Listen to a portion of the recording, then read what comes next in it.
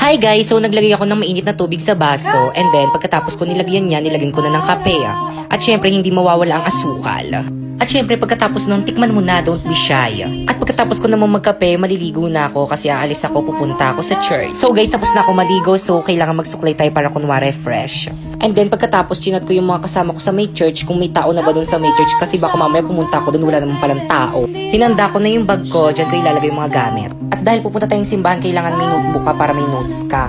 At syempre ballpen rin para may pangsulat ka, Bia. At syempre, ang pinaka-importante sa lahat, ang Bible. Tagalog ang pinili ko kasi hindi ko maintindihan yung English version. At pagkatapos, umalis na ako at nag-face mask ako para always safe. And then, nandito na tayo. Diba ang bilis? Teden! O, diba? Ang konti pa lang namin. So guys, nag-Bible study muna kami para para marami kaming alam na words of God at may share namin sa iba. At pagkatapos no, nag-practice na yung mga youth para sa praise and worship. And hanggang dito na lang muna yung vlog ko. God bless! Popoy! Nasaan na kaya to si Popoy? Ba't hindi ko nakikita? Sino ba tong natawag na to? Hello? Hello? Kinidnap ko ang anak mong si Popoy. Ano? Inday, tulungan mo ko, yung kapatid mong si Popoy kinidnap. Ano ma? Pero bakit daw? Naku, kawawa naman ng kapatid ko. Hello? Ano ba kasing kailangan mo? Bakit mo kinidnap yung anak ko? Kailangan ko ng pera. Mama, tulungan mo ko! Please shut up! Manahimik ka dyan! Maawa kayo sa akin! Tulungan niyo ko! Aba, hindi ka talaga titigil? Pwes, ito ang sayo!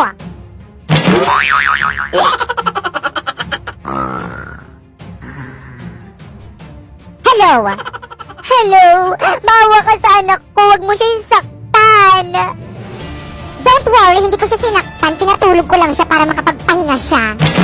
Ano ba kasing kailangan mo? Kalahating milyon kapalit ng anak mo. Kalahating milyon?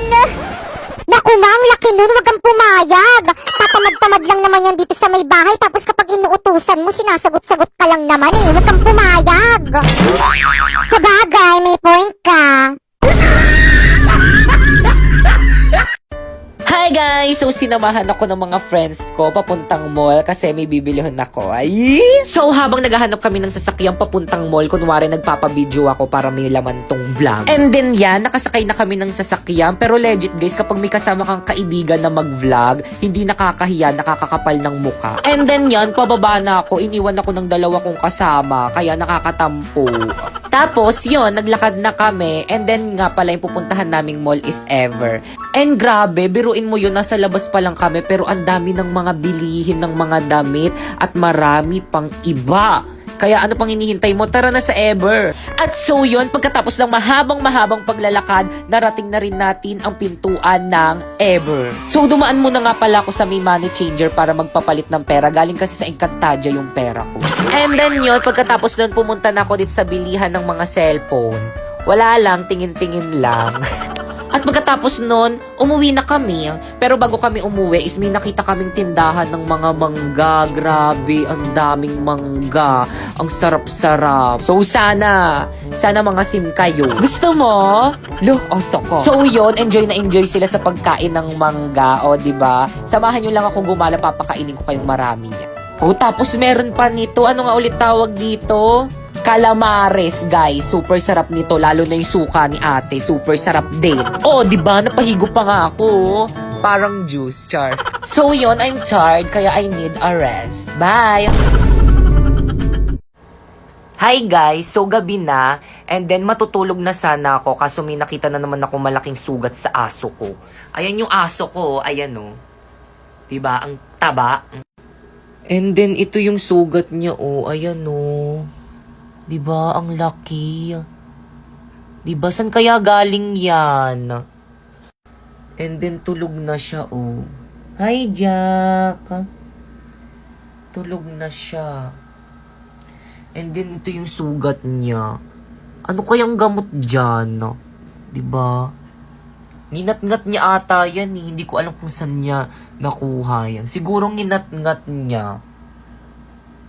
Wawa naman, may sugat ang bebe Jack. Cute niya, no? Pero nakapatay na yun ng pusa. Ay! Ang gaganda naman ng mga damit dito. Bagay na bagay nagbigay sa akin. Hala, ang ganda! I love it! Saan kaya yung tindera dito?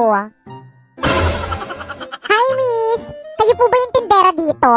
Magkano po itong damit? Psst, tanong-tanong di naman bibilin. Ano, miss? May sinasabi ka? Wala. Ang sabi ko, wag mo nang tanungin kung magkano yan. Di mo naman bibilin eh. Lo, bakit mas alam mo pa kaysa sa akin? Siyempre, tignan mo kaya yung sarili mo. Ang dungis-dungis mo. Halatang poor. Excuse me, madungis man ako. May pera naman ako. O, ito. O, diba?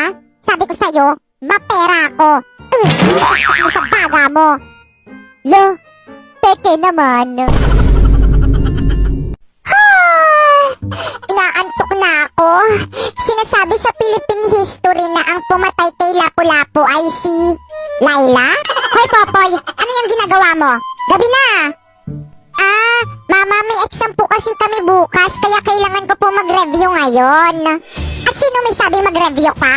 Nako, ini-stress mo na naman akong bata ka, Lo, bakit ka naman nai-stress? Dapat nga magpasalamat ka pa kasi masipag mag-aral yung anak mo eh. Aba, bakit naman ako magpapasalamat? Pinapagod mo yung sarili mo. Bakit gantong oras nag-ML ka na lang eh? Itigil mo na yan. Nakaka-stress ka. Pero ma, baka bumagsak ako sa exam namin. Ayos lang yan. Natatago naman yung grade pero yung itsura hindi. Ang pangit mo no. Matulog ka na. La la la la la. Ayan, konti na lang malinis na dito sa bahay. Boboy! Ano naman yung ginagawa mo? Naglilinis po, ma. Bitawan mo nga yung mga yan. Sino may sabi sa'yo maglinis ka, ha? Pinapatid mo na naman yung sarili mo. Naku, nagigigil na naman talaga ako sa'yo. Nagigigil. Doon mo, nagigigil ako sa'yo. Wala naman po kasi ako dito ginagawa sa bahay eh. Kaya maglilinis na lang po ako. Anak naman, ba't ba ayaw mo makinig sa akin? Lagi mo na lang akong pinapa-stress. Ang simple-simple lang ng gusto ko. Ang gusto ko, huwag ka maglinis kasi mapapagod ka lang dyan. Naku ma, hindi naman ako napapagod. At saka wala naman akong ginagawa dito sa bahay eh. Anak, huwag ka nang sumagot. Makinig ka na lang kay mama. Doon ka na lang sa kwarto mo. Humilata ka na lang doon. Hilata na naman. Napapagod na ako kakahilata eh. So guys, kasama natin ngayon si Bembem. So ang gagawin natin ngayon is magpapaiyak tayo ng pamangkin. Bembem.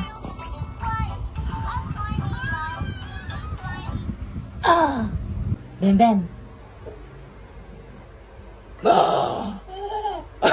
Ba't di ka umiiyak? Iyak dapat. Uulit. 1, 2, 3, go. Dapat iyak, hindi to magbabiral pag di ka umiyak.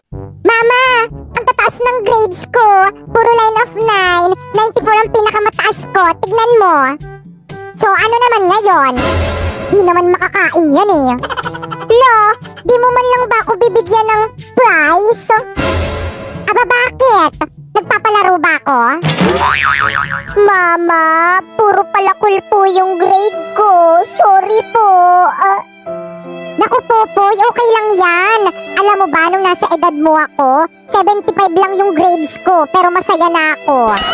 Talaga po, Mama? Oo, kaya. Kung ano lang yung kaya ng utak mo, okay na yun. Congrats, anak.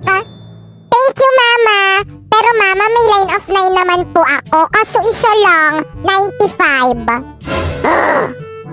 95 ang pinakamataas na grade ni Popoy. Ang taas! Wow! Ang taas niyan, anak! Sinasabi ko na nga ba, mas magaling ka kasi sa ate mo. 95 ang pinakamataas mo, yung sa ate mo 94 lang. Patingin nga ako ng card mo. Homeroom? Popoy, tara labas ka, laro tayo nila budang. O sige, magpapaalam lang ako. Ma! Laro ako sa labas. Nakikita mo bang ang tirik ng araw, tanghaling tapat? Matulog ka! Tara na, Poy! Oo nga, tara na, ang tagal mo. Ayaw ako payagan